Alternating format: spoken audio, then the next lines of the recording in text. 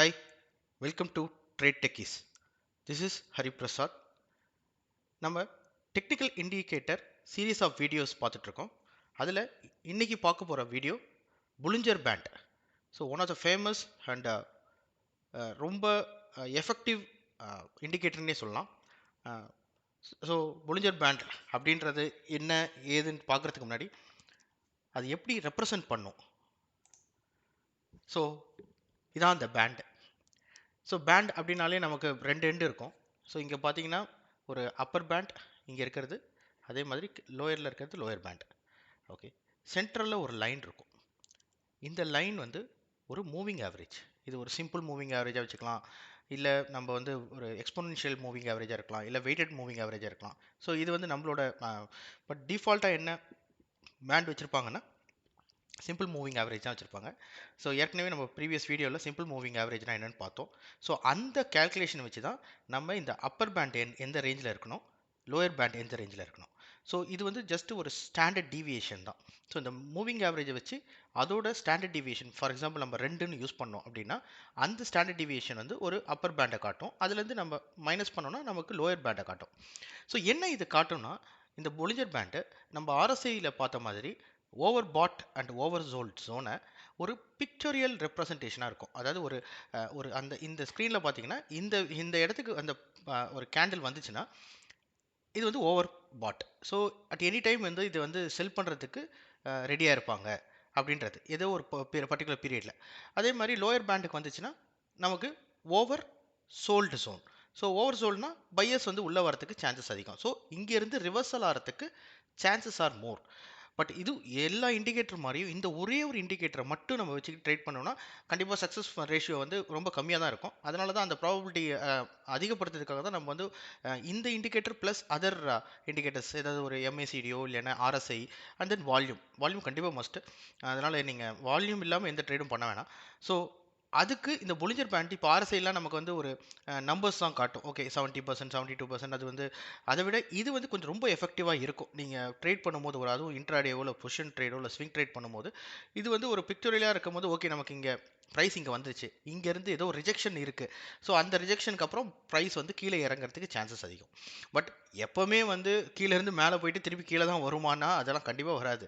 இது வந்து நமக்கு ஒரு இண்டிகேஷன் கொடுக்கும். இப்போ இந்த இடத்துக்கு வந்துடுச்சு, கீழே லோயர் பேண்டுக்கு வந்துடுச்சு, இங்கே வந்துடுச்சுன்னா நமக்கு ஓவராக சோல் ஆயிருக்கு, சாரி ஓவர் செல் ஆயிருக்கு. அதனால இந்த ஓவர் சோல்டு ஜோனில் பையர்ஸ்க்கு வந்து சான்சஸ் ஆர் மோர், அவங்க வந்து என்ட்ரு ஆகிறதுக்கு. அவ்வளோதான் இது வந்து இண்டிகேட் பண்ணும். பட் கன்ஃபார்மாக பையர்ஸ் இங்கே தான் வருவாங்களா அப்படின்றது நம்ம அதர் இண்டிகேட்டர்ஸோட நம்ம மிக்ஸ் பண்ணோம்னா ஓகே, ஆர்எஸ்ஐ வந்து மேபி அந்த இடத்துல 60 கூட இருக்கலாம். 60 இருந்தால் நம்ம வந்து அது வந்து மிட் ஆஃப் ஜோன் தான் சொல்லுவோம். ஸோ ஆர்எஸ்ஐ லோவர் வேல்யூவில் இருக்குது, ஃபார் எக்ஸாம்பிள் லெஸ் தென் 30 இருக்குது அப்படின்னா ஓகே. ஸோ இங்கேருந்து ரிவர்சலுக்கு நம்ம ஏதோ ஒரு பாசிட்டிவ் கேண்டில், ஒரு க்ரீன் கேண்டில் வந்து வந்துச்சுன்னா நம்ம அங்கேருந்து ஒரு பை எடுக்கலாம். அதுக்கப்புறம் ஸ்டாப் லாஸை வந்து நமக்கு இங்கே இதோட லோயர் பாயிண்ட்லேயோ இல்லைனா இந்த பேண்ட்லேயோ லோயர் வேல்யூலையோ எங்கேயாவது வச்சுக்கலாம். ஸோ இதுதான் இந்த பொலிஞ்சர் பேண்டு. ஸோ இந்த பேண்டில் பார்த்தீங்கன்னா இது ஏதோ ஒரு டெய்லி சார்ட் எடுத்திருக்காங்க ஈமினியில்.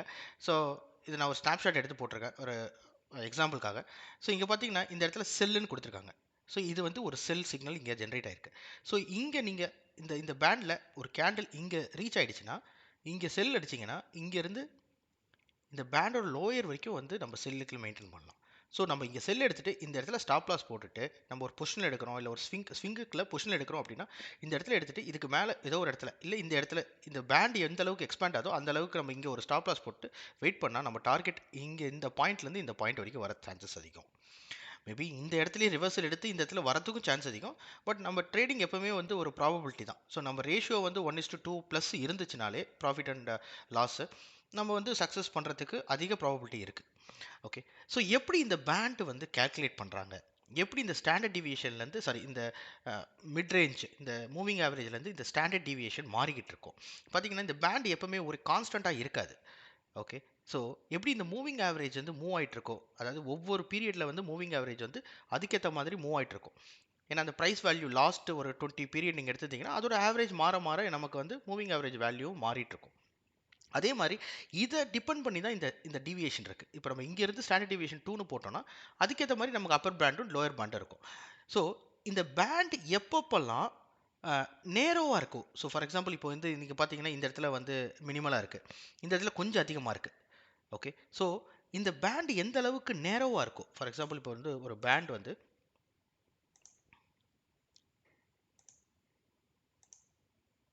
இப்படி இருக்குது. ஃபார் எக்ஸாம்பிள் பேண்ட் வந்து இப்படி போயிட்டுருக்கு. இதான் உங்கள் லோயர் பேண்டு, இது வந்து லோயர் பேண்டு, இது வந்து அப்பர் பேண்டு. இங்கே வந்து உங்களுக்கு ஒரு மூவிங் ஆரம்பிச்சிடும். இந்த மாதிரி ஒரு பேண்ட் இருந்துச்சுன்னா நமக்கு என்ன சொல்லுது, வாலட்டிலிட்டி கம்மியாக இருக்குது. அப்போ என்ன இருக்கும், கேண்டில் இங்கேருந்து இங்கே போகும், இங்கே வரும், திருப்பி இங்கே வரும், திருப்பி இங்கே போகும்.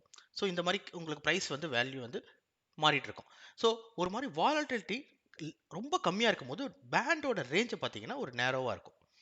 இல்லை ப்ரைஸ் வந்து சட்டனாக இப்போ பார்த்தீங்கன்னா இந்த கேண்டில்லாம் பார்த்தீங்கன்னா பெரிய பெரிய கேண்டிலாக இருக்குது. அப்போ என்ன ஆகுனா பேண்டோட இதுவும் வந்து ரேஞ்சும் வந்து பெருசாக இருக்கும். அதுக்கப்புறம் இங்கே வந்து வாலட்டிலிட்டி எப்போ கம்மியாதோ அப்போ வந்து உங்களுக்கு பேண்டோட இது அந்த ரேஞ்ச் வந்து ரொம்ப நேரோவாக இருக்கும். ஸோ நீங்கள் இதை வச்சு தெரிஞ்சிடும், ஓகே இப்போ வந்து மார்க்கெட்டில் கேண்டில் இங்கே இருந்தால் கூட இது இப்படி போகிறதுக்கும் சான்சஸ் அதிகம், மேலே போகிறதுக்கும் அதே டைமில். ஸோ நமக்கு எந்த பக்கம் பிரேக் அவுட் பண்ணுதோ அந்த பக்கம் நம்ம பிடிச்சிட்டு நம்ம ட்ரேட் பண்ணிக்கலாம். ஓகே, ஸோ பேண்ட் அதிகமாக இருக்கும்போது நம்ம ட்ரேடில் என்ட்ரு ஆகிறது நமக்கு ப்ராஃபிட்டும் அதிகமாக இருக்கும், அதே டைமில் நம்மளோட லாஸும் அதே ரேஞ்சில் இருக்க சான்சஸ் அதிகம். ஸோ அதுக்கு தான் நமக்கு வந்து எந்த பக்கம் பிரேக் அவுட் பண்ணுது. ஃபார் எக்ஸாம்பிள் இந்த கேண்டில் வந்து இப்படி மூவ் ஆகிட்டு இருக்கு அப்படின்னா நம்ம இதை இந்த இடத்துக்கு வருது, ஓகே ஸோ என்னோட மூவிங் ஆவரேஜ் தாண்டின உடனே நான் சான்சஸ் அதிகம், ஓகே நான் இந்த இடத்துலயே கூட நான் வந்து ஸ்டாப் லாஸ் வச்சுக்கலாம். இல்லை ஏற்கனவே இந்த கேண்டில் வந்து இங்கேருந்து இப்படி மூவ் ஆயிருக்கு, பட் ஏதோ ஒரு பிரேக் அவுட், இந்த பிரேக் அவுட்க்கு வெயிட் பண்ணி நீங்கள் போகிறது சேஃபாக இருக்கும். பட் நேரமாக போகும்போது நமக்கு தெரியாது, ஒரு கேண்டில் இங்கே இருக்கும், ஒரு கேண்டில் மேலே ஏறும், திருப்பி ஒரு கேண்டில் கீழே வரும், திருப்பி ஒரு கேண்டில் மேலே போகும். இங்கே என்னென்னா பெரிய அளவுக்கு வாலட்டிலிட்டி இல்லை. ஸோ அதுதான் நம்ம இங்கே இண்டிகேட் பண்ணுது. ஸோ இந்த பேண்டோட கேல்குலேஷன், இந்த பேண்டை எப்படி நம்ம வந்து எஃபெக்டிவாக யூஸ் பண்ணலாம் அப்படின்றத நம்ம ரியல் சார்ட் ரீசெண்ட் ப்ரைஸோட வேல்யூஸை வச்சு, ஏதோ ஒரு பர்டிகுலர் ஷேர்ஸோட ப்ரைஸ் வேல்யூ வச்சு நமக்கு வந்து ஒரு நல்ல அளவுக்கு தெரியும். ஸோ இதுதான் இந்த புலிஞ்சர் பேண்டு. ஓகே, ஸோ இதோட ஜஸ்ட் ஒரு எக்ஸ்பிளனேஷன்.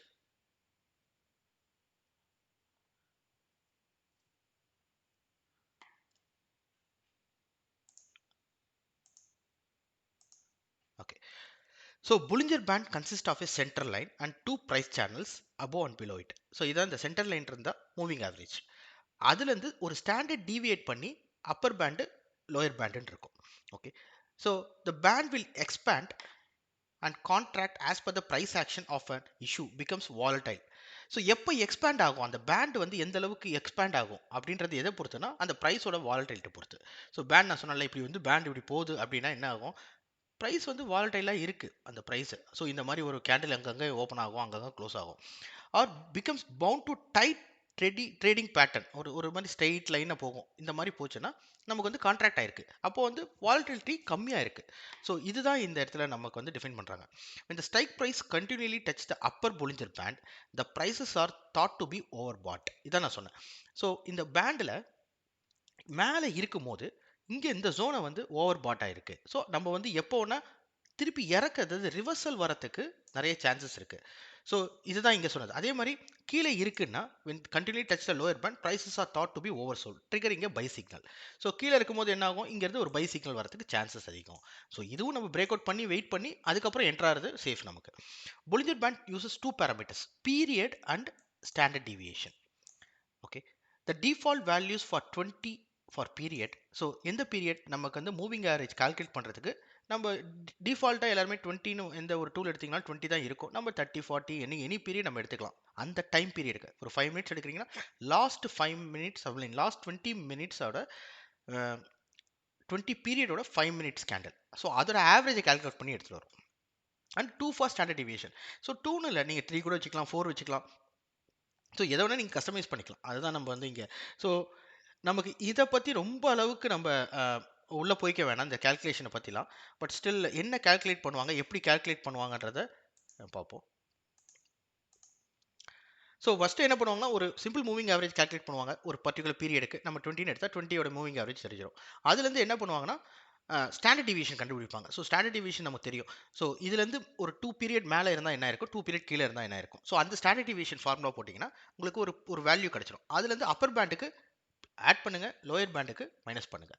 ஸோ இதுதான் இந்த சிம்பிள் ஃபார்முலா. நம்ம இந்த ஃபார்முலா பற்றிலாம் ரொம்ப யோசிச்சுக்க வேணாம், ஏன்னா எல்லாமே இன்பில்ட்டாகவே எந்த சார்ட்டில் பார்த்தீங்கனாலும் இப்போ அவைலபிளாக இருக்கும். ஓகே, தென் ஸோ நான் ஏற்கனவே சொன்ன மாதிரி இதை சிம்பிளாக இதுக்கு இந்த காம்பினேஷன் இல்லாமல் எந்த ஒரு இண்டிகேட்டரையும் சிம்பிளாக யூஸ் பண்ணாதீங்க. அன்லெஸ் அன்டில் நீங்கள் ஒரு ப்ரைஸ் ஆக்ஷன் ட்ரேடராக இருந்தால் மட்டும். அப்பயும் அவங்களும் வந்து சில டூல்ஸ் யூஸ் பண்ணுறாங்க. ஒரு மூவிங் ஆவரேஜோ இல்லைனா ஏதோ ஒரு வால்யூமோ கண்டிப்பாக யூஸ் பண்ணுவாங்க. ஸோ நீங்கள் எந்த இண்டிகேட்டர் யூஸ் பண்ணாலும் இன்னொரு இண்டிகேட்டரோட சப்போர்ட்டும் எடுத்துக்கோங்க. ஒரு லீடிங் இண்டிகேட்டரோ இல்லை ஒரு லேகிங் இண்டிகேட்டரோ ப்ளஸ் கண்டிப்பாக வால்யூம் இல்லாமல் எந்த ஒரு ட்ரேட்லையும் என்ட்ரு ஆகாதீங்க. எந்த ஒரு இன்வெஸ்ட்மெண்ட்டும் பண்ணாதீங்க. ஸோ இதுதான் இந்த வீடியோவில் நான் கவர் பண்ண நினச்சேன். நம்ம அந்த ரியல் சார்ட் பார்த்துருவோம்.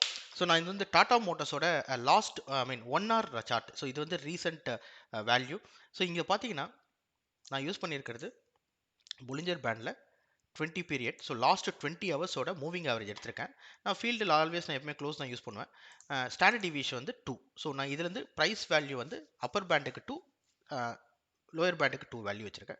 Moving average simple. நீங்கள் எக்ஸ்போனென்ஷியல் ஏதோ நீங்கள் உங்களுக்கு எது கம்ஃபர்டபுளாக இருக்கோ அது. பட் ஜென்ரலாக இது வந்து ஒரு டிஃபால்ட் வேல்யூ. நீங்கள் எப்படி வேணால் இது இன்க்ரீஸ் பண்ணிக்கலாம். ஸோ நான் இங்கே பீரியட் இன்க்ரீஸ் பண்ண உங்களுக்கு வேல்யூ மாறிட்டே இருக்கும். உங்கள் பார்த்தீங்கன்னா இந்த பேண்ட் வந்து ஸ்குவீஸ் ஆகும் இல்லை கான்ட்ராஸ்ட் ஆகும், ஏதோ ஒன்று இருக்கும்.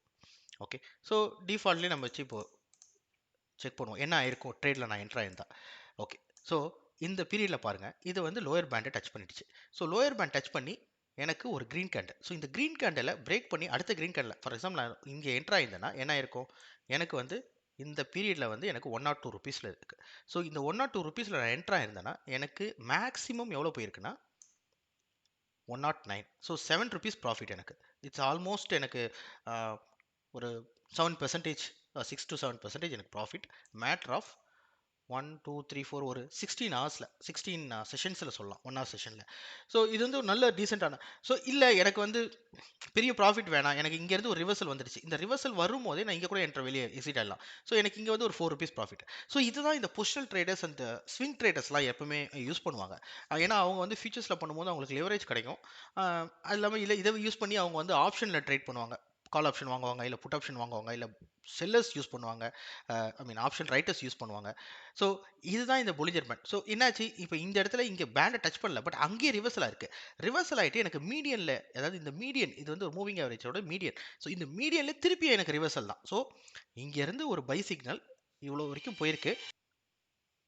ஸோ இந்த இடத்துலேருந்து எனக்கு என்ன இருக்குன்னா ப்ரைஸ் வந்து ரீட்ரேஸ் ஆயிருக்கு. ஸோ இந்த இடத்துல ரீட்ரேஸ் ஆனதுக்கப்புறம் எனக்கு அகைன் ஒரு அப் ட்ரெண்ட் தான். ஸோ அப் ட்ரெண்ட் எடுத்த உடனே திருப்பி எனக்கு வந்து ஒரு ரீட்ரேஸ்மெண்ட். ஓகே, ஸோ ரீட்ரேஸ் ஆகிட்டு எனக்கு இந்த வரைக்கும் வந்திருக்கு. இந்த இடத்துல பார்த்தீங்கன்னா பேண்ட் இங்கே இருந்த பேண்டு இப்போது இந்த அளவுக்கு மூவ் ஆயிருக்கு. ஏன்னா என்னோட மூவிங் ஆவரேஜ் இன்க்ரீஸ் ஆயிருக்கு. ஓகே, ஸோ இந்த இந்த பேண்டை நீங்கள் வந்து பேக் டெஸ்ட் பண்ணிங்கன்னா இல்லை ஒரு 5 மினிட்ஸ் 15 மினிட்ஸ் கேண்டலில் பாருங்கள். இந்த 15 மினிட்ஸ் கேண்டலில் இன்றைக்கி ஆக்சிஸ் பேங்க் வந்து பேண்டை விட்டு வெளியே போனதுனால எப்பவுமே இந்த பேண்டை விட்டு வெளியே போச்சுன்னா பேண்டுக்குள்ளே வரும்னு சொல்லுவாங்க, இல்லை பேண்டு மேலே வந்துடும், அவ்வளோதான் சிம்பிள். ஸோ இங்கேருந்து என்ன இருக்குன்னா பேண்ட்லேருந்து கீழே இறங்கியிருக்கு. இறங்கின உடனே திருப்பி மேலே ஏற ட்ரை பண்ணியிருக்கு, போயிருக்கு திருப்பி. ஆனால் கீழே எங்கேயும் வரவே இல்லை. அதுக்கப்புறம் இவ்வளோ பெரிய பேண்ட் ரேஞ்ச் இருந்திருக்கு. ஸோ இந்த மாதிரி ஒரு இடத்துலலாம் நம்ம ட்ரேட் பண்ணுறதை அவாய்ட் பண்ணுறது நல்லது. இப்போ இங்கே வந்தவொடனே என்ன இருக்குது, கான்ட்ராஸ்ட் ஆகிடுச்சு. ஸோ இதை பேக் டெஸ்ட் பண்ணி பார்த்தீங்கன்னா எப்படி வந்து எந்த நேரத்தில் இதை வந்து நான் எந்த ஒரு அதர் இண்டிகேட்டர்ஸோ இல்லைனா வால்யூமோ யூஸ் பண்ணல. பட் நீங்கள் அந்த வால்யூம்லாம் யூஸ் பண்ணி பார்க்கும்போது உங்களுக்கு ஒரு நல்ல கிளியர் வியூ கிடைக்கும். நம்ம வந்து எப்போ என்ட்ரு ஆகுது எப்போ எக்ஸிட் ஆகுது. ஸோ தேங்க்ஸ் ஃபார் வாட்சிங். நான் இன்றைக்கி இந்த புலிஞ்சர் வீடியோவில் இதான் கவர் பண்ணணும்னு நினச்சேன். உங்களோட ஃபீட்பேக், சஜஷன், கமெண்ட்ஸ் ஏதாவது இருந்தால் கமெண்ட் செக்ஷனில் கமெண்ட் பண்ணுங்கள். தேங்க்யூ.